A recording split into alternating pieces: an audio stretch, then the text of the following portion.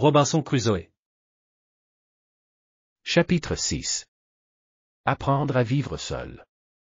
A. D'abord, il me fallait un lit confortable, une table et une chaise.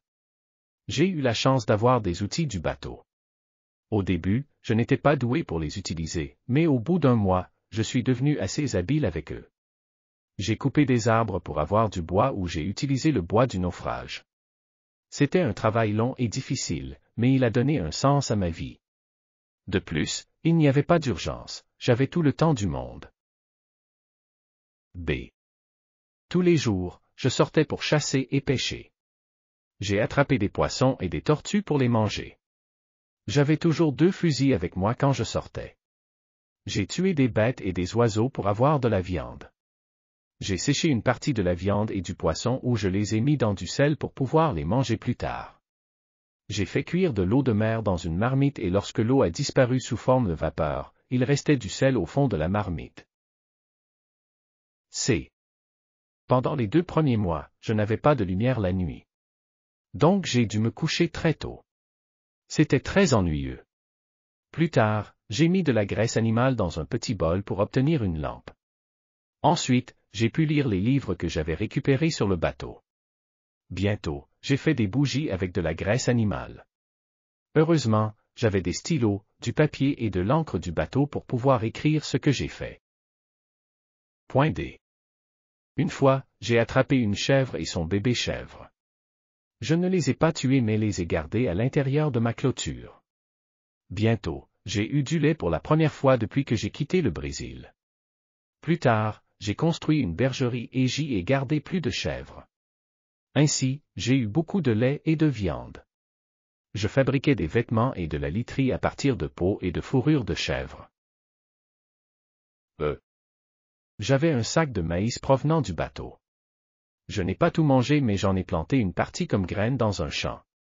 J'ai dû faire une clôture autour de mon champ pour que les animaux ne puissent pas entrer et manger toutes mes récoltes. Plusieurs mois plus tard, j'ai récolté quelques sacs de maïs. J'ai essayé de faire du pain avec le maïs, mais ce n'était pas une tâche facile. Plusieurs jours après avoir récolté le maïs, j'ai fait cuire la première miche de pain sur l'île. F. Un jour, je suis allé visiter les autres parties de l'île. J'ai trouvé des arbres fruitiers sauvages et j'ai recueilli 2 sacs de fruits. Je n'ai pas pu les manger tous, alors j'en ai mis certains à sécher au soleil pour pouvoir les manger plus tard.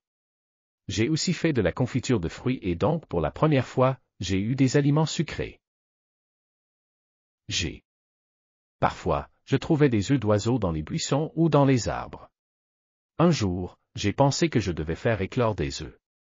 J'ai ramassé des œufs de poule et je les ai gardés dans un endroit chaud. Bientôt, la plupart des œufs ont éclos et j'ai eu quelques poussins. Je les ai gardés dans la cour. J'ai coupé certaines de leurs plumes pour qu'ils ne puissent pas s'envoler hors du jardin. En un an, j'ai pu déguster des œufs et du poulet sans avoir à chasser. H. Parfois, il pleuvait pendant des jours et je devais rester à la maison, mais j'avais beaucoup de pain, de viande fraîche, de viande salée ou séchée, de poisson, d'œufs et de lait à manger. Je pouvais lire mes livres ou écrire mon journal intime. Je faisais aussi quelques travaux ménagers, comme faire du pain ou raccommoder des vêtements. Les jours de pluie étaient les plus ennuyeux pour moi. I. Une année, j'ai été malade pendant un certain temps. J'ai dû rester au lit pendant des jours et je me suis senti très seul. Comme j'aurais aimé avoir une personne à qui parler ou même un animal de compagnie. Plus tard, j'ai attrapé un petit chien sauvage et je l'ai attaché à un arbre dans la cour. Je l'ai laissé très affamé, puis je lui ai donné un peu de nourriture à manger tous les jours. Peu à peu elle est devenue très obéissante et loyale envers moi. Le chien m'a alors tenu compagnie.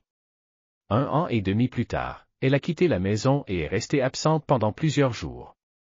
Quelques mois plus tard, elle a eu 2 bébés chiens. Plus tard, les chiens ont rendu ma vie moins solitaire. J. L'île n'était pas petite, mais la première année, je ne suis pas allé loin. Plus tard, j'ai décidé de faire le tour de l'île. Je suis allé le long d'une petite rivière et j'ai trouvé plusieurs endroits intéressants. Pendant que j'étais loin de chez moi, je devais rester dans les arbres pendant la nuit. Je suis arrivé de l'autre côté de l'île et j'ai trouvé que c'était un meilleur endroit que celui où je vivais. J'ai passé 2 ans à construire une nouvelle maison dans un meilleur endroit pour moi. J'avais alors 2 maisons sur l'île. K. Je vivais seul sur l'île depuis plusieurs années. L'île était maintenant ma maison. Pas ma prison. Mais je n'ai jamais cessé de penser à m'évader. J'ai décidé de construire un canoë. J'ai coupé un arbre et travaillé sur le tronc pendant plusieurs mois pour fabriquer un bon canoë. Puis j'ai découvert qu'il était trop lourd et que je ne pouvais pas du tout le déplacer vers l'eau. J'ai pensé à creuser une petite rivière depuis le canoë jusqu'à la plage. Mais j'ai découvert que je devrais creuser pendant de nombreuses années. Alors j'ai abandonné. J'ai pensé que j'étais très stupide et je me suis senti très ennuyé pendant un bon moment. Plus tard, j'ai construit un canoë plus petit que j'ai souvent utilisé pour pêcher. Je ne voulais pas m'en échapper car il était trop petit pour survivre à une tempête. L. Je me suis occupé du matin jusqu'au soir. J'ai travaillé dur dans la maison et dans les champs pour avoir tout ce dont j'avais besoin pour vivre.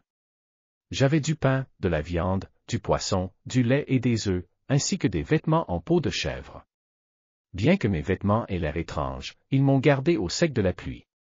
Chaque année, je visitais différentes parties de l'île et les 2 plus petites îles. Ainsi, près de ans ont passé comme ça.